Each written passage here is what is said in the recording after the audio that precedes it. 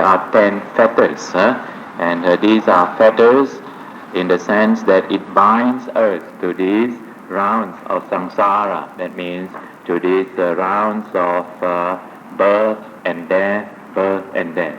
In that way they are called fetters. They are bindings. What are these 10 fetters? The 10 fetters.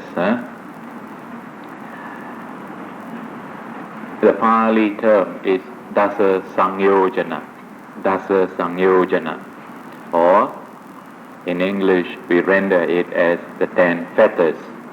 The first one is Sakkaya Ditti. Sakkaya Ditti. That is with regards to self-delusion. Then the second one is Vichikicca. Vichikicca or skeptical doubt. The third is Silabbata Paramasa. Silabbata Paramasa. That is the clinging to rites and rituals. The fourth is Vyapada, aversion, anger or aversion. The fifth is Kamachanda, Kamachanda or sensual desires. Sixth one, Rupa Raga, the clinging to form or the formless realm. The cling to form, the realm of form. Rupa Raga. The seventh one is Arupa Raga, the clinging to the formless or the formless realm. We will explain these things one by one. Then the eighth one is Uddacca Kukucca. Uddacca Kukucca, which is the restlessness of the mind. And the ninth one, Mana. Mana, normally we render this word as conceit, pride or conceit. And tenth one is Avidya, illusion or ignorance. Now, the path to emancipation or the path to liberation, that means to liberate, to be free from all suffering. We need to be able to break these fetters, these bonds which bind us to these rounds of samsara. And for the purpose of understanding how the different stages of purification and the different stages of liberation, attainment of enlightenment, we classify the four stages of arahanthood, or the four. What are these four stages? The first one is. Let me see. I will write. Sotapanna. Stages of sainthood. They are first Sotapanna. Sotapanna. In different Buddhist countries have different terms for this. I think in Sri Lanka they call Sowan, Sotapanna. And in Burma, what do they call? Bonsinsan, is it? I'm not sure, but anyway, the first, then the second stage of sainthood, we call this Sakadagami, and once returner. Then the third stage of sainthood, Anagami, or never returner. Arhat is the fourth stage. Arhat or Arahant, the fourth stage, the worthy one.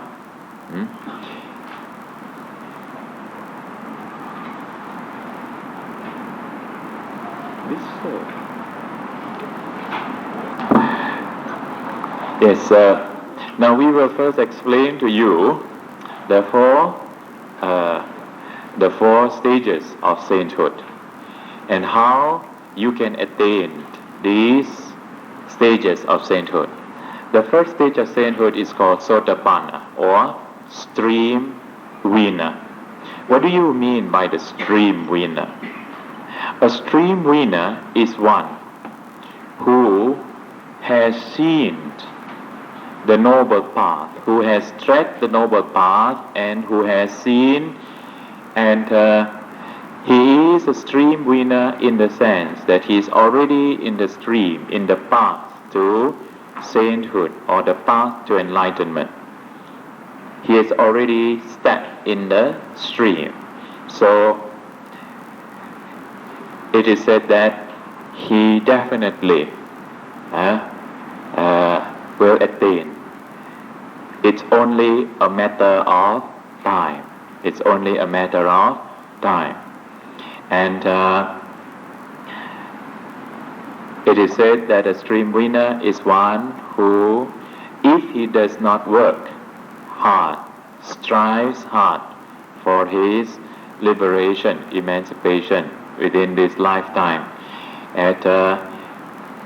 or the next life, he has at the most 7 lives. He has at the most 7 lifetimes before he will eventually realize the final goal, Nibbana. Such a one is called a Sotapanna. And the second one is Sakadagami, a once returner. A once returner here refers to the one who returns to this Kama Loka, to this sensual realm. That means he has purified his mind to such an extent that at the most he will return to this Kama Loka only once. And the next one is Anagami. Anagami is the never returner. That means he would not return to this sensual realm or even to, but in the Rupa Loka.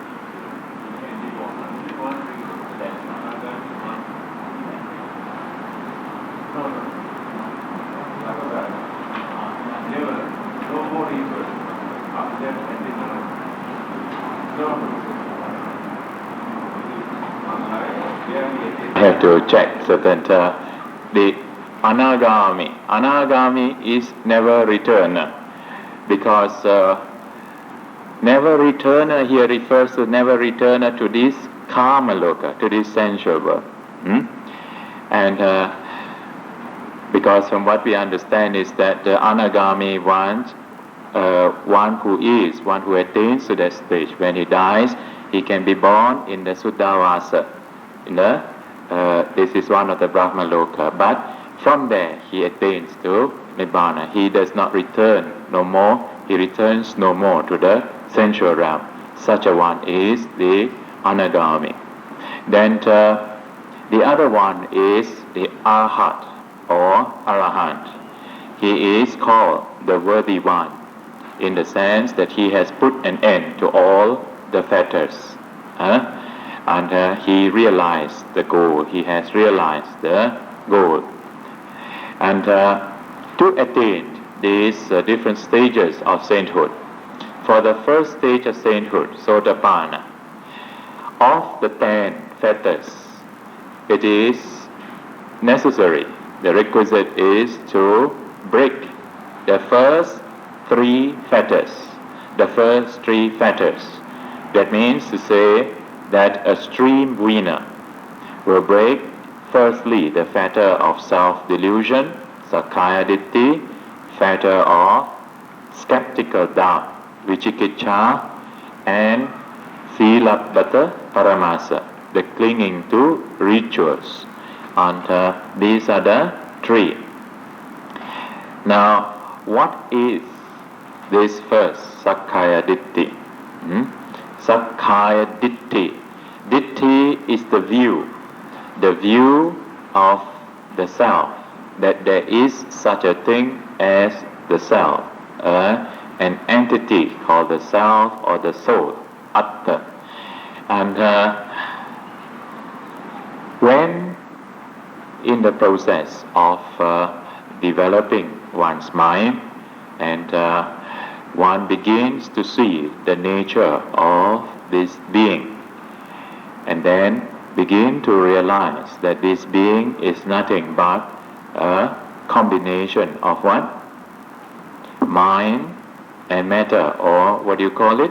Nama, Rupa.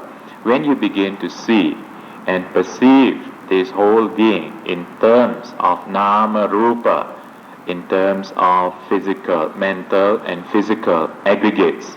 What are the 5 aggregates? This Nama, Rupa can be explained in terms of 5 aggregates. What are they? Yes, the aggregate of form or the physical process, Rupa. Then Vedana, that is the aggregate of feeling or the feeling process. Thirdly, perception process, the aggregate of perception. Then, yes, Sankhara or mental formation. Then Vijnana or consciousness process. These 5 makes up what we call the Panchakanda, the 5 aggregates. And this is how the Buddha, upon his enlightenment, he was able to see the nature of this being, and he explains this being in terms of these 5 aggregates, as in terms of 5 aggregates or bundles of energy. Bundles of energy, physical and mental energy. Mental energy, he divides it into the 4: feeling, perception, mental formation, and consciousness. Right. Now when one begins to see and one relates one's experience to these 5 mental aggregates and see them in the true nature. What is the true nature? What is the nature of your physical process? You see, your body is subject to change. Your body change in size, change in width, change in color. You see, from the time you were shaven, and now see how your hair start growing already. Changes have taken place, and feelings. And if you have observed during your sitting, or even now, if you observe your feelings, you see your feelings also change from pleasant to unpleasant, then unpleasant to pleasant, and so on. Sometimes neither pleasant nor unpleasant. Then, so you see the nature of the feelings. So also you see the nature of your perception process. The things you perceive, the things that you're able to cognize, they also change. And then mental formation, thoughts. They are the thoughts, the habit patterns in your mind, the concepts, the ideas that you have in your mind. They are also subject to change. And similarly, consciousness, vijnana, the consciousness also we seen as a changing process. Now, when we begin to observe this change, anicca, and see the unsatisfactoriness, and then realize the non-self, that there is these 5 aggregates. When they come together, we call this a being, we call this the I, we call this the mind, which in reality is nothing but they are aggregates of bundles of energy in the state of flux, in the state of change. And when we begin to see this true nature of self, then we break the first fetter. But still, we have not totally eradicated the idea of the I, not totally eradicated. to a large extent. We have seen this, we have given up this view. This is a ditti, just the view. We have given up this view. As such, one who has attained this stage of sainthood, he is no longer so egoistic, and he will not be claiming everything in terms of I and mine. But still, there is a subtle, because still he has not perceived, perceived to its end, and he only is able to give up this view, break this view, and overcome this wrong view.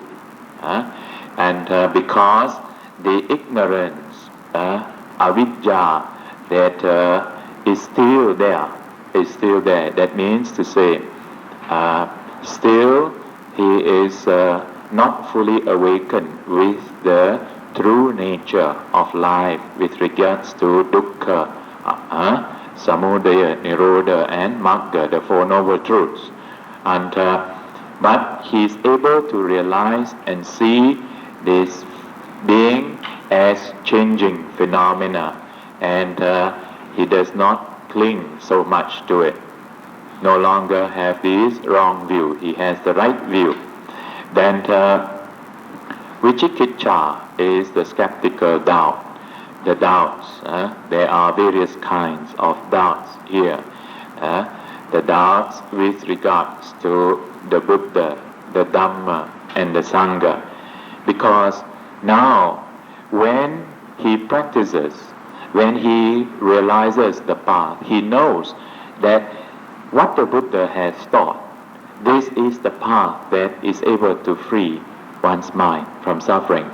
And since he has realized it, he has some realization, then he says that he has the kind of confidence. He says, this is the path. This is surely the path. And he knows that that is the path. So he has no more doubt about the Buddha and his teachings. And the Sangha, he knows that those who tread this path, they attain these different stages.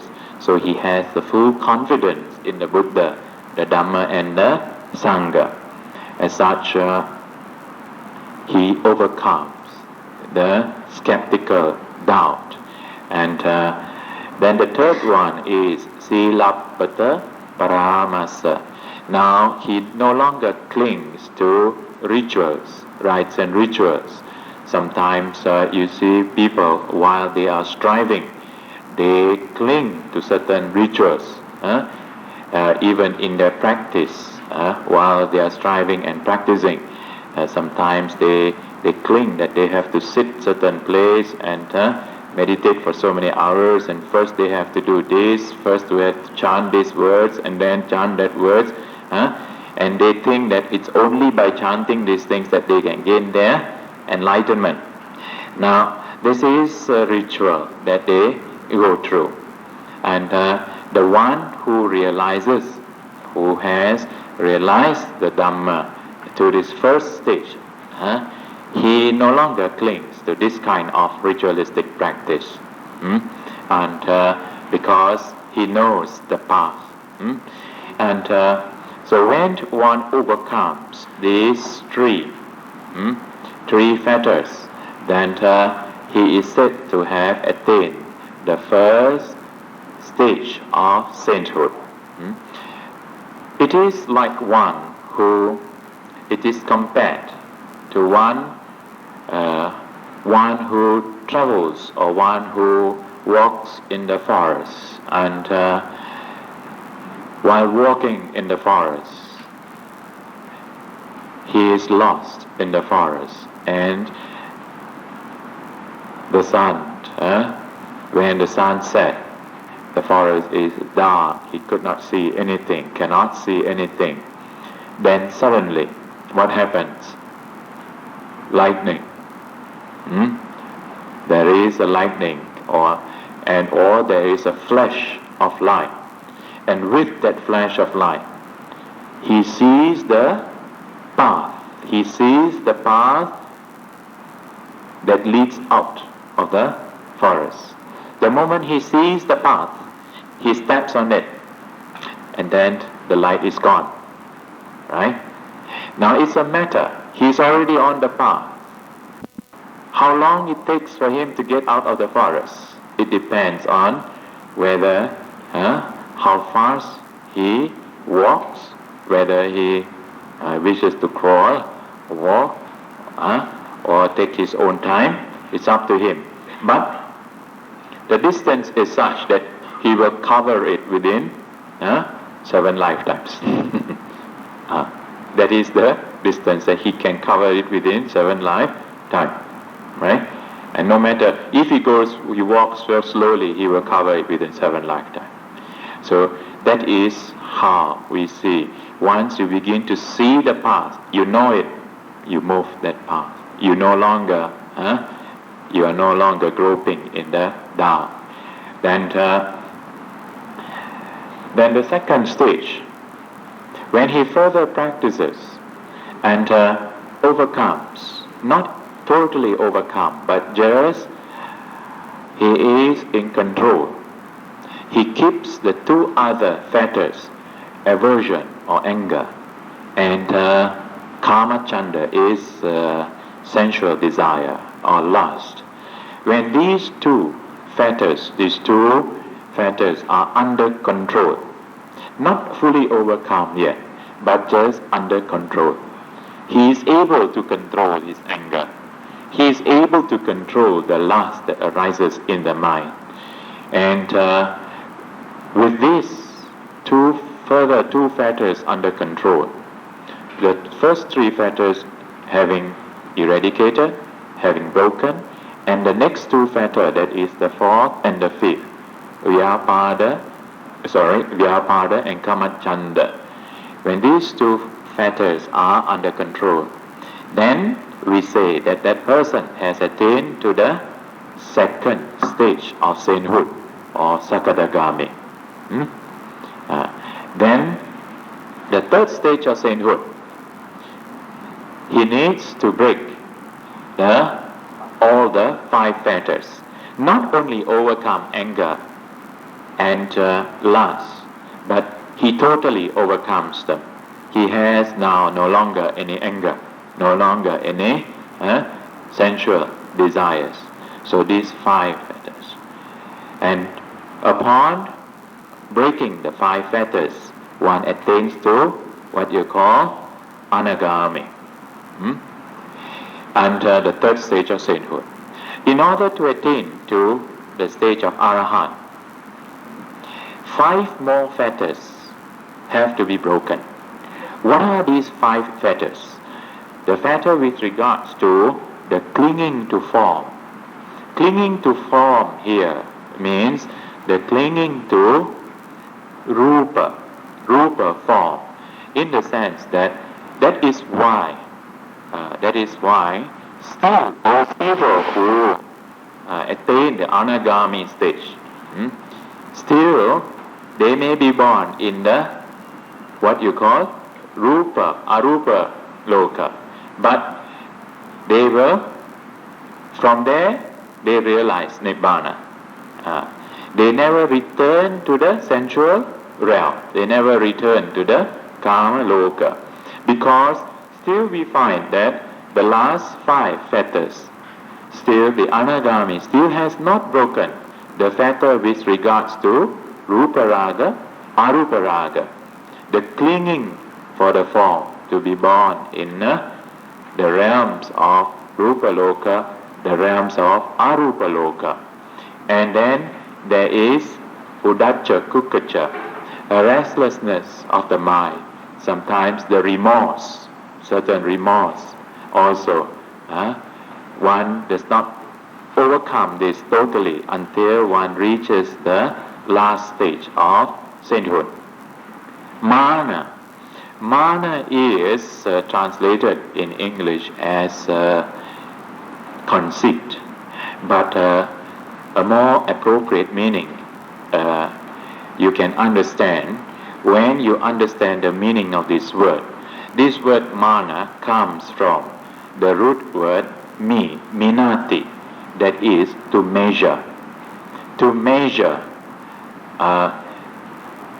in the sense that you measure yourself with another person, right? How do you measure yourself with another person?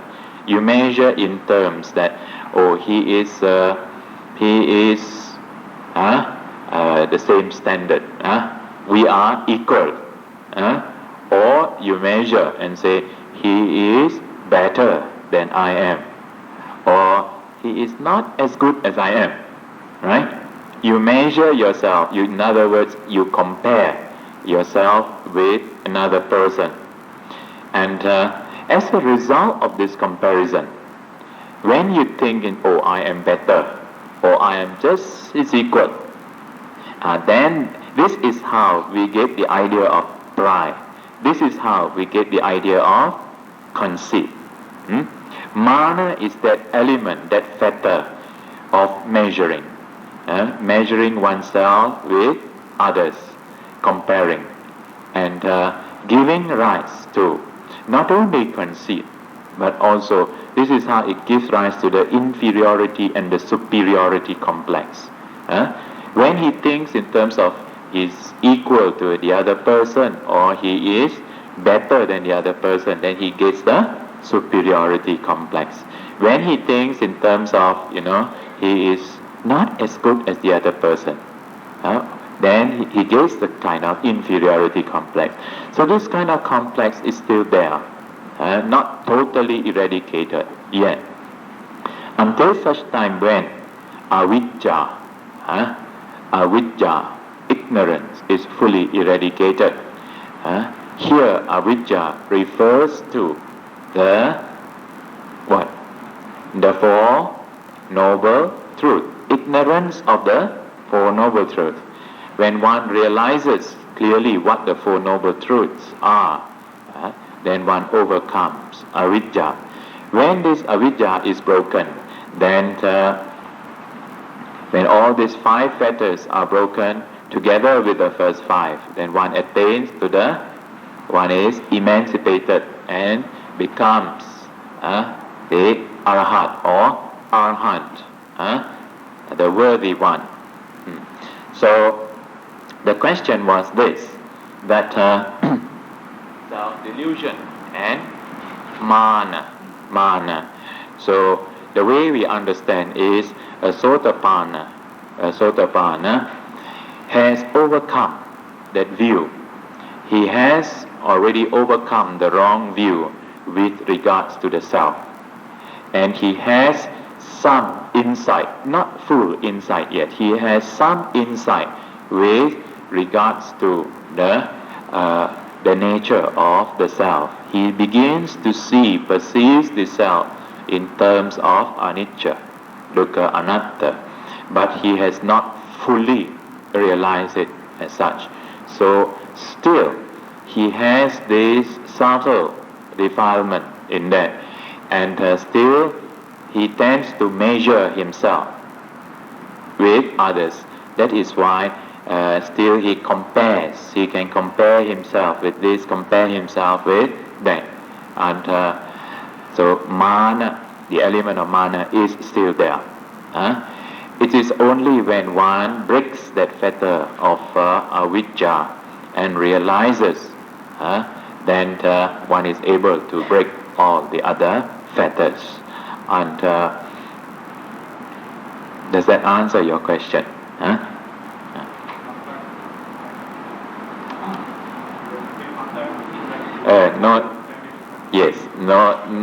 Don't take some time to reflect, but just practice the thing, and then you see, when you begin to see that, and then you will see that this defilement is now no longer there. Then when you become a Sotapanna, then you will know, still get angry or not. Normally the anger is much reduced, can control, but still under certain situation, when it is when somebody when he is being strongly provoked, then anger can still arise. emotion, emotion. But will not kill, will not, that anger not strong enough to kill being.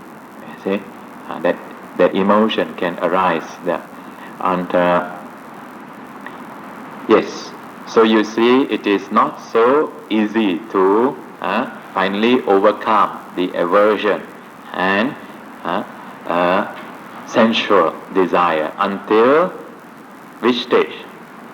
Anagami stage. Until the Anagami stage. Yes. It's automatic, but you must understand that the person who has entered this stage of sainthood, the first stage of sainthood, his mind is already adjusted, already adjusted, the screw has adjusted already, that it will work, not, it will work, no goyang kaki on, it will go on working, but it's only how hard it strives, that's all. But we'll move, we'll have to move, you see, we'll move at a certain pace, but he can move a bit faster also. And that is why it is said that depending on the, according to the commentaries, what the monks in the past and have classified according to the charita, according to the characteristic, the nature of the person. And if that person is of Panya Charita, Panya Charita, or even Dosa Charita, then he can attain it very quickly. Once he attains the Sotapanna, within 2-3 lifetimes he can finish it. But those people who have Saddha Charita and the Raga Charita, the faithful type and the lastful type, and will attain it in moderate.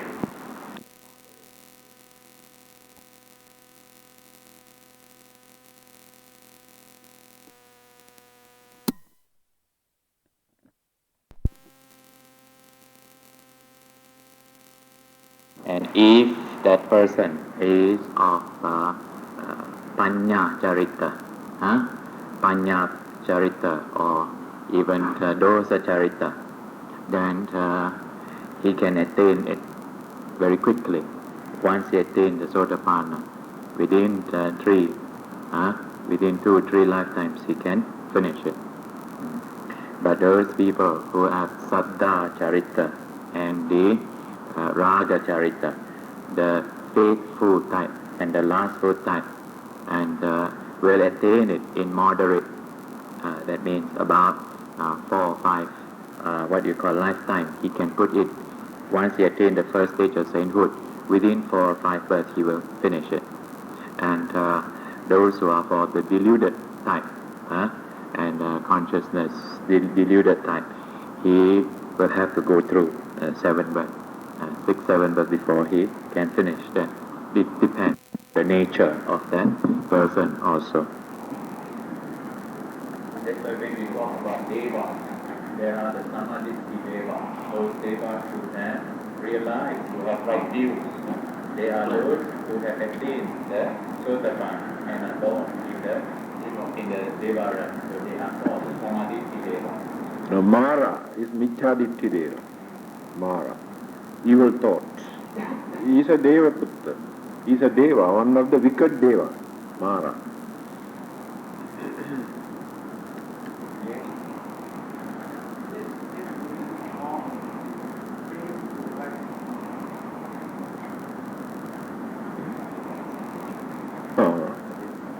Bit more.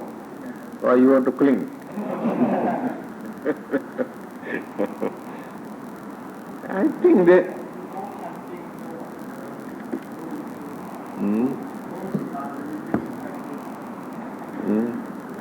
no word religion at all. You have to get rid of that word religion. Understand? Well, The Buddha had to use this word by considering and observing the situation in India at that time. The majority of those who belong to various other religious groups spent their whole life only for this purpose, to perform rites and rituals. When you read certain stories in Dhammapada, even Sariputta's uncle, Sariputta had to bring him to the Buddha. Then the Buddha asked, "What are you doing for your salvation?" He said, "Yes, I am performing lot of rites and rituals and sacrifices, animal sacrifices, for me to attain, to gain my salvation." Here you can see how strong their belief. That is why the Buddha said, don't cling to these practices and rites and rituals, thinking you can find out your salvation through these practices. Then again, torturing their physical body as religious precept or vow or penalty. Burning, cutting here and there, starving without taking food, and various ways they thought by torturing this physical body they can wash away all the sins committed by them to attain their final salvation. Again, animal sacrifices to please their gods. Thousands of living beings burnt alive, slaughtered, and they offer blood to their god to please them, thinking they can please their god through the influence of those gods they can find out their salvation. So these are the practices which were very common in India at that time.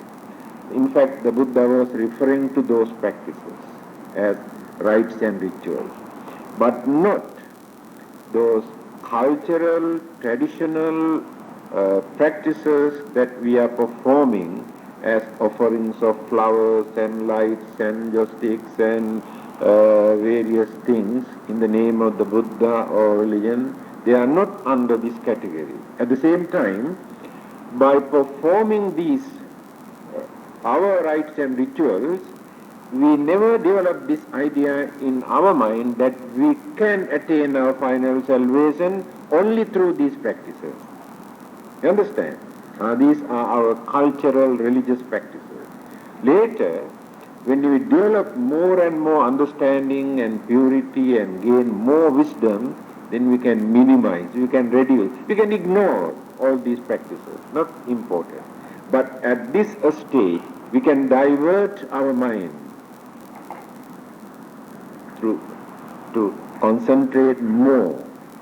Recital of sutras, very important. We can concentrate, we can guard our mind, we can purify our mind during that period. Therefore, don't regard this as rites and rituals. You can concentrate more. Concentrate on what you recite. If you can understand, you can develop your understanding. Deep thinking, understanding. So they are not under that category of rites and rituals.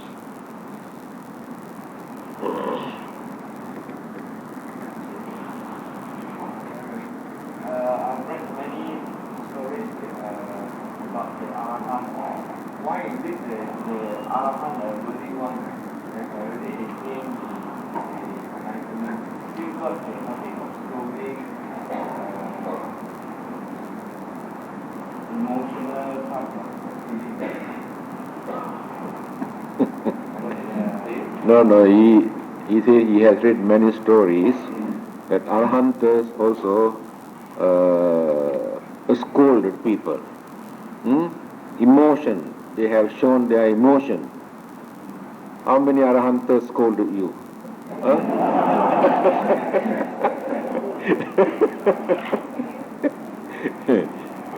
But he says, there was an Arahant during the Buddha's time. Every time when he talked to others, he used abusive language, just to insult others. His language is like that. You know, certain words that when we talk, also sometimes we use the word bugger. This kind of word, for nothing we use. Get used to this word. This bugger, that bugger. Very abusive language. When we use the polite language, we cannot use such words. And this monk, although he is an Arahant, always used this kind of language. Then the other monks reported to the Buddha. He says he is an Arahant, but he insults others. Why it is like this? Then the Buddha said, do you know, this, the Buddha also used the word, this fellow, in English language. This person, he must know his previous birth, his mental habit, sankhara, still maintained.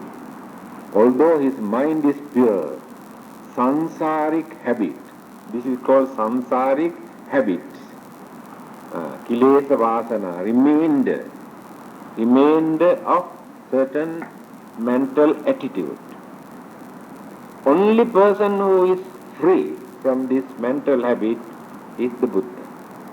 Arahantas are not free from that. Example is given. Now when you switch off this fan, you wrote it now, it won't stop at once. Go on turning, reducing, take time to stop completely. So Arahantas are like that. Not throughout their life. For a certain period, they behave like this. By going on reducing, just like this fan. They are sansaric habit, previous habit. But they never commit any bad deeds or bad karmas or evil or vikarma. Never. So, I told you, Sariputta, weakness of Sariputta, the chief disciple of the Buddha, who was famous for his wisdom. Even then, this kind of weaknesses, emotional weaknesses, Arahant, Sariputta. But they never commit any evil deeds. Habit. All of us have certain habits. We know it is wrong, but very difficult to change our attitude. We must have very, very strong determination, understanding to get rid of this. This is the nature of our habits. Arahantas still maintain this. Yes, 5 minutes.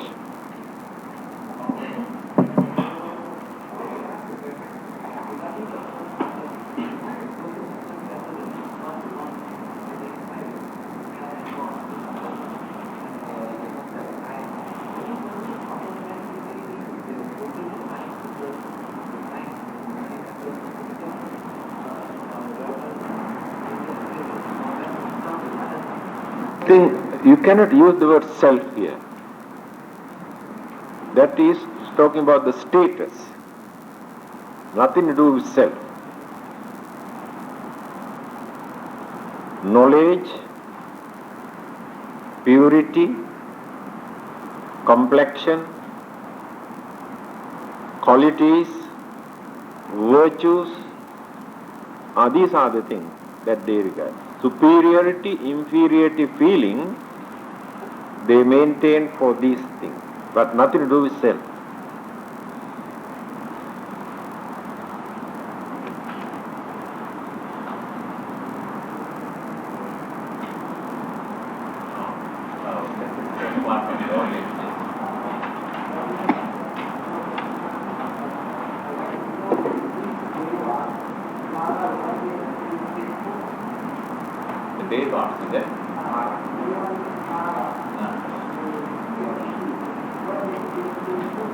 Oh,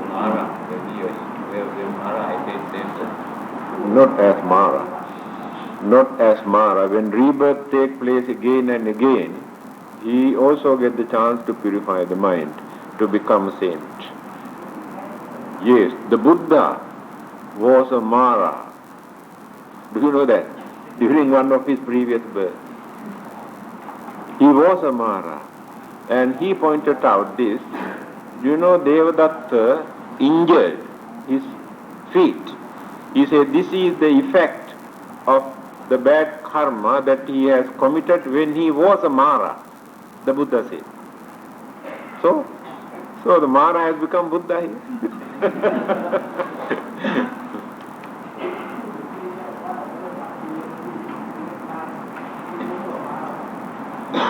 My dear friend, we are all Maras now, you know.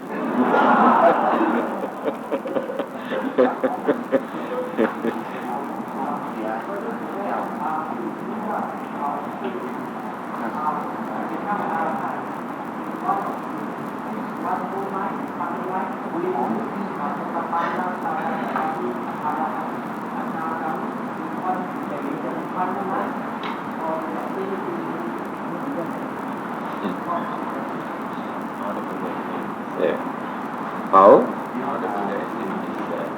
He does not go, he does not follow this method stage by stage. He at once, dropped through helicopter. On the top of the Bodhi tree, get down and say, I am the Buddha now. Because he had been fulfilling and practicing, developing, cultivating all the great qualities, virtues, knowledge, wisdom, understanding, meditations and so many things, life after life. But other disciples have not done that much. Therefore they had to develop one after the other, one after the other.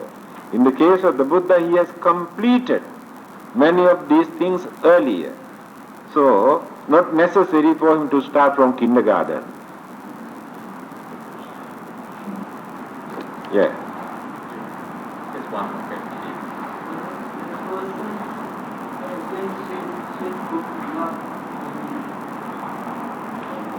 Meditation, love. Huh? What do you mean by meditation?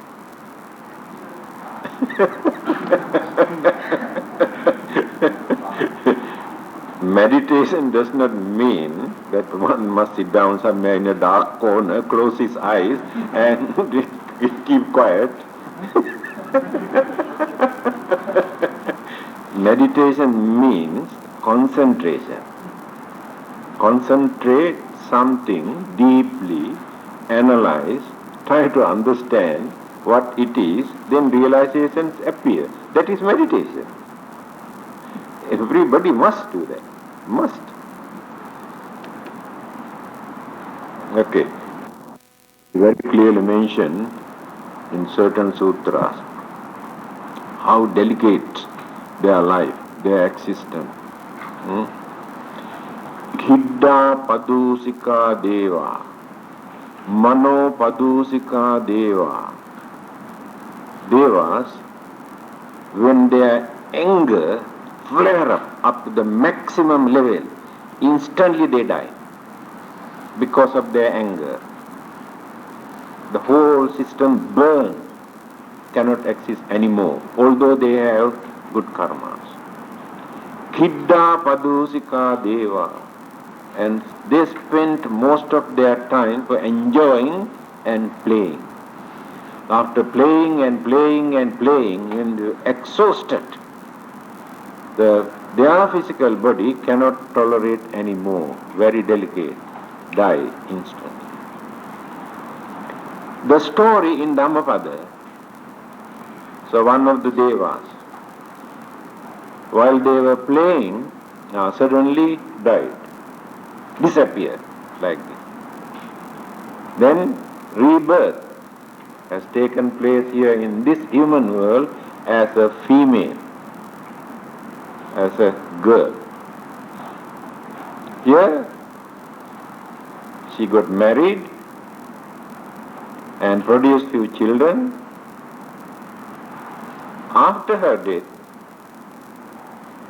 after the maximum lifespan here, rebirth again taken place in the same place. But still those devas are playing. Can you believe the lifespan, the difference? To them, not even one hour. So again, this deva appear in front of them. Then they ask, where did you go? We didn't see you for a short while. Where did you go? Then he said, do you know what happened to me? I died and rebirth taken place as human being. I got married, I produced children. After my death again I come back because of that attachment toward the same area. And the good karma still remain there. This is the story there in Dhammapada.